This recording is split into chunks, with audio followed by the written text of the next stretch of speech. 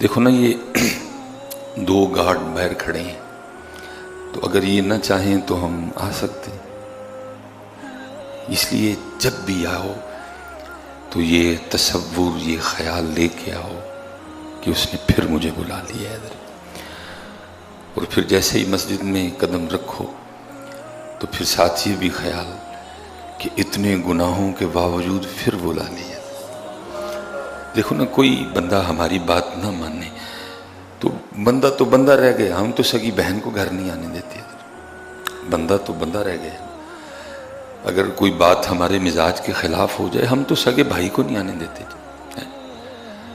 تو شاید میرا بھائی، میری بہن کئی ہزار بار دوبارہ بھی پیدا ہو کے آئے نا، تو انہوں نے وہ میرے لیے برا نہیں کیا حضرت جو میں نے برا کیا ہے۔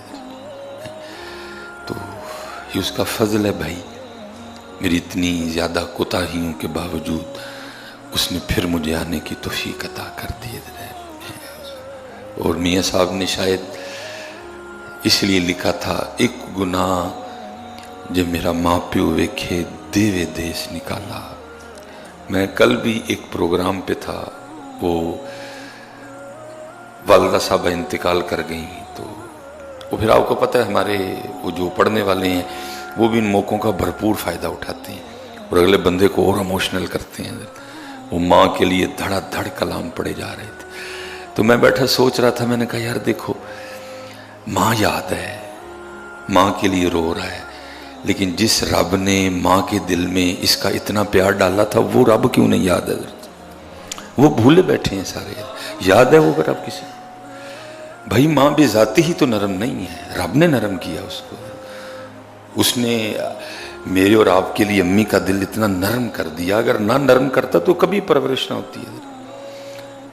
آپ اپنا مزاج دیکھیں، میں اپنا دیکھوں، اگر مجھے کبھی رات کو 1-2 بجے بچوں کے لیے اٹھنا پڑ جائے تو تھوڑا بہت غصہ ہوتا ہے، لیکن اس کو 10 بار بھی اٹھنا پڑے تو اس کے مزاج میں کبھی غصہ نہیں آئے گا۔ ماں ہے نا، لیکن وہ خود نرم نہیں ہے۔ میرے بچے، اس بات کو یاد رکھ، تیرے رب نے تیرے لیے تیری ماں کا اتنا دل نرم کر دیا۔ میں نہیں تجھے کہہ رہا کہ تو اپنی ماں کو سمجھ ہی کچھ نہ، یا اس کی قدر نہیں، اس نے خود قرآن میں کہا ہے کہ تو نے اس کی قدر کرنی ہے، لیکن میں یہ کہہ رہا ہوں کہ بھائی وہ یاد ہے، جب وہ چلی جاتی ہے تو پھر اس کی محبتیں، اس کا پالنا یاد کر کے بڑا روتے ہو۔ مجھے اس بات کا ہوتا ہے کہ یار ماں یاد ہے، وہ کیوں نہیں یاد ہے؟ اس نے بیٹا دل نرم کیا ہے، اس نے ماں کے دل میں تیرے لیے اتنی محبت ڈالی ہے، تو وہ نہیں حضرت جی، وہ توجہ ہی نہیں اس جانب کوئی بھی۔ تو پھر میاں صاحب کیا کہتے ہیں، وہ ماں تو جس کو سمجھتا ہے کہ جی اس سے زیادہ تو مجھ سے محبت کاری کوئی نہیں سکتا۔ میں نے بے تحاشا بار دیکھا ہے، ویسے موقع آئے ہیں کہ ماں نے بھی چھٹی کروا دی ہے، لیکن قربان جاؤں، کیا کہتے ہیں، ایک گناہ جو میرا ماں پیو ویکھے دیوے دیس نکالا، لکھ گناہ پیا میرا مولا ویکھے پردے پاون والا حضرت ہے۔ اور میں بالکل حضرت، میں جب مسجد میں داخل ہوا ہوں تو یہی میرا بھی حال تھا کہ 100 واری میں توبہ بنی تے میں ہاں بے اعتبارہ۔